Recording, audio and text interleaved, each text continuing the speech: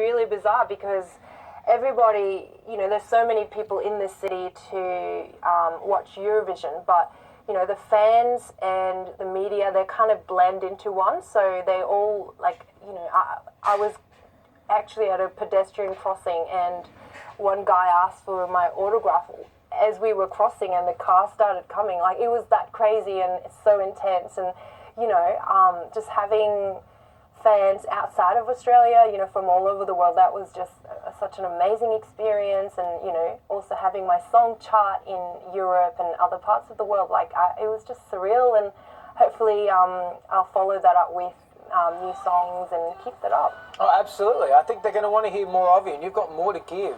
Guy Sebastian was talking about Eurovision last year. I think you and I spoke about it when we met before you left. He called it the Hunger Games of music. We said you were our Katniss. Was it really that intense on the night? Oh, definitely. Guy, his advice to me, before I went was that it's like the Hunger Games. It'll be really intense.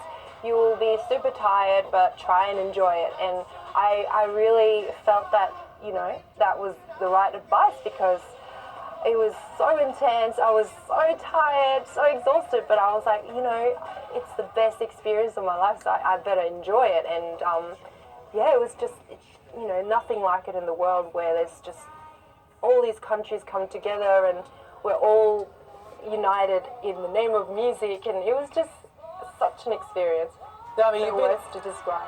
You've been very gracious in how you've handled this. I think you've handled this like a true Australian representative, saying, look, second place, it's great, you're happy to represent Australia there. But there was a golden period of time there. It was like a half an hour, 45 minutes, where the judges' decisions all came in, and you were like 100 points or more ahead of the nearest competitor, which I think was Ukraine at the time. And was there a moment that you thought, like, my goodness, guys, we need to pinch ourselves. We could win this.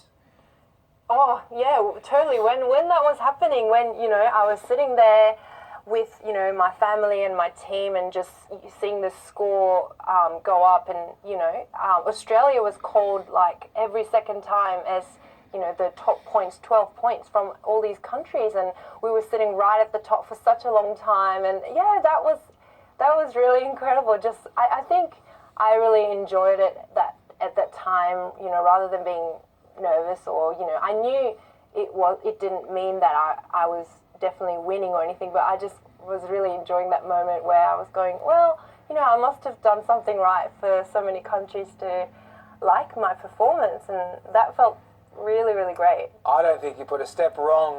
Look, we, like everyone else in Australia, believe that, of course, you were robbed. And, there's a video that proves the winning song from the Ukraine should have been disqualified. When you hear that, though, do you feel a little bit sad about that? Do you feel like, well, that's just the politics, I just enjoyed the ride?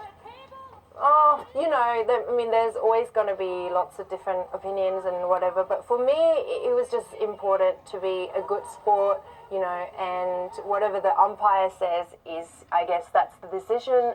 And you know what, it was honestly the best experience of my life. I was just so lucky to be there, competing for the world and letting people hear my music, outside of Australia. So for me, I'm just really grateful and thankful for the opportunity that I've got through this. Dami, there's a lot of people at home that would say that dress was pretty amazing. It really enhanced the performance too. Were you involved in the design of that? Yeah, definitely. We were. I worked closely with my stylist Heather Cairns and, of course, the Australian designer Stephen Khalil, House of Emmanuel. Like, it was such a fun task doing that. I think I always had more fun, deciding the dress than actual singing.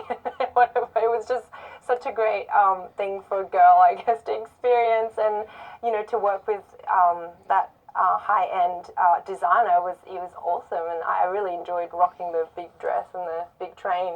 Well, I don't know. I think you should get used to it. I think there's more high-end things coming your way because you're just going to go bigger and better places. Dami, thank you so much, and congratulations on behalf of all of us here for representing Australia. You did us all so proud. Oh, thank you. I just want to say thanks to Australia for, all the support they've given me, and I could really feel it from there, and I'm really happy that I'm back here and also doing my tour around Australia, so I hope to see everybody soon. You are hitting the road in July. Dami's third studio album, Classic Carpenters, who doesn't love the Carpenters, is out now, and she is touring a national tour. Head to damiim.com for more details. Dami, great to see you. Thank you. Good to see you today. What a